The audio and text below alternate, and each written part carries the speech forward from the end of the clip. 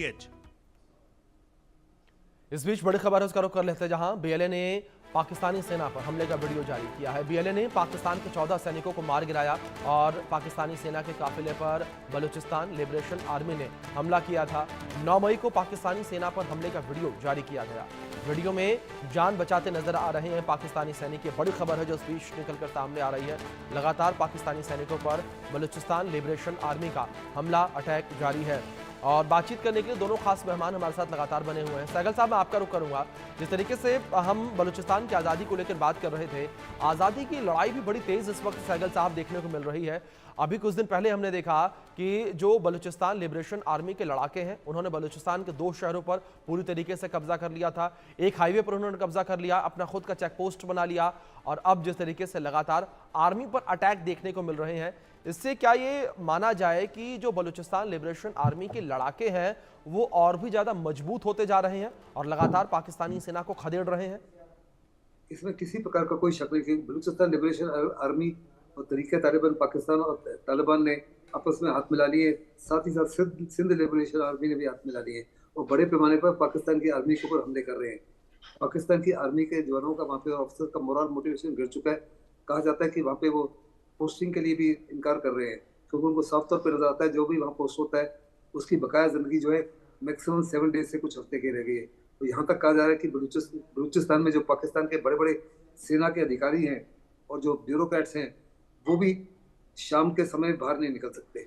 उनकी जो गवर्नमेंट की रिट है वो सिर्फ दिन के समय चलती है। शाम के समय कम्प्लीटली बलूचिस्तान में बलूचिस लिबरेशन आर्मी छाई हुई है।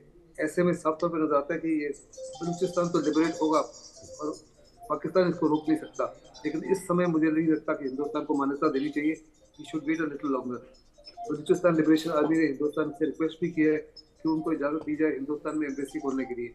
अभी तक हिंदुस्तान ने इस पर एम्बेसी की भी इजाज़त नहीं दी, लेकिन मुझे समय लगता है कि समय आ गया है कि हम बलूचिस्तान की एम्बेसी को हिंदुस्तान में खोलने की इजाज़त दी और हर प्रकार की उनको सहायता करें, क्योंकि पाकिस्तान तो है बाज नहीं आता। पाकिस्तान ने अनेकों बारी पिछले 30, 40, 50 साल से हिंदुस्तान को हर प्रकार से जान और माल का नुकसान पहुंचाने की कोशिश की है। हिंदुस्तान की करेंसी को गिराने, इकोनॉमी को गिराने की कोशिश की है बाई फेक करेंसी। हमारे युवकों को बर्बाद कर रहा है थ्रू ड्रग्स। फिर बड़े पैमाने पर हमारे को जान माल का नुकसान पहुंचाता है। हमारे खिलाफ उन्होंने 4 लड़ाइयाँ लड़ी और वर्चुअली ये 5th लड़ाई भी उसकी तरफ शुरू हुई है। ऐसे में बहुत लाजमी है कि हम हर प्रकार की मॉरल सपोर्ट के साथ साथ उसको economic support, political support, diplomatic support और मिलिट्री सपोर्ट भी दें। तो मुझे पक्का यकीन है कि कुछ महीनों में या और एक आध साल में बलूचिस्तान को पाकिस्तान नहीं रोक पाएगा और वो लिबरेट होगा। और अगर वो पाकिस्तान से लिबरेट हो जाता है तो बहुत बड़ा झटका है पाकिस्तान के अलावा। बिल्कुल सागर साहब, एक बड़ा झटका यहाँ पाकिस्तान को इस वजह से लगेगा जब बलूचिस्तान पाकिस्तान से अलग होगा, क्योंकि बलूचिस्तान में मौजूद जो तमाम प्राकृतिक खनिज हैं, उन खनिजों का दोहन लगातार पाकिस्तान के द्वारा किया जा रहा है। अनिल जी, मैं आपका रुख करूंगा।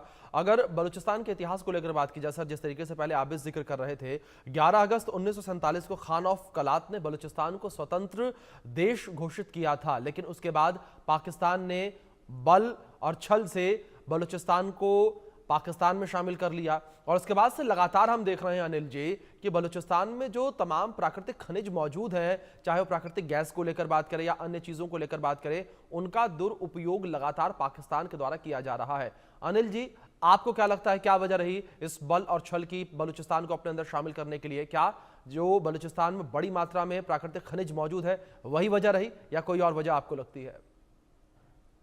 ये देखिए, जो आप कह रहे हैं बिल्कुल सही है। बेसिकली बलूचिस्तान जो है बड़ा मिनरल रिच इलाका है और उसके अंदर ये जो है गैस तो है ही है, खनिज के बाकी जो उसके रेयर अर्थ जो है, जो मेटल्स हैं, जो आज आप देखिए चाहे वो लिथियम है चाहे दूसरे हैं, जो आपके ये चिप्स वगैरह में इस्तेमाल होते हैं, जो बहुत ही ये अभी दुनिया उसी के लिए सारे जगह आप देखेंगे कि वो उसी के लिए लड़ाइयाँ शुरू हो जाएंगी अब, क्योंकि जो रॉ मटेरियल कंट्रोल करेगा वही आगे चर्चित कर सकता है। क्योंकि आप देखिए हमारे जो भी चीज़ है, मोबाइल से लेकर कंप्यूटर लेकर, तो चाहे आप हमारे जहाज ले लें, चाहे कोई भी कार ले लें, कुछ भी ले लें, उसके अंदर भी कोई ना कोई चिप लगा हुआ है। वो चिप्स जो बनाने के लिए जो रॉ मटेरियल है वो भी वहाँ पे मटेरियल है, बलूचिस्तान में है। इसके अलावा मिनरल्स दूसरे हैं उधर।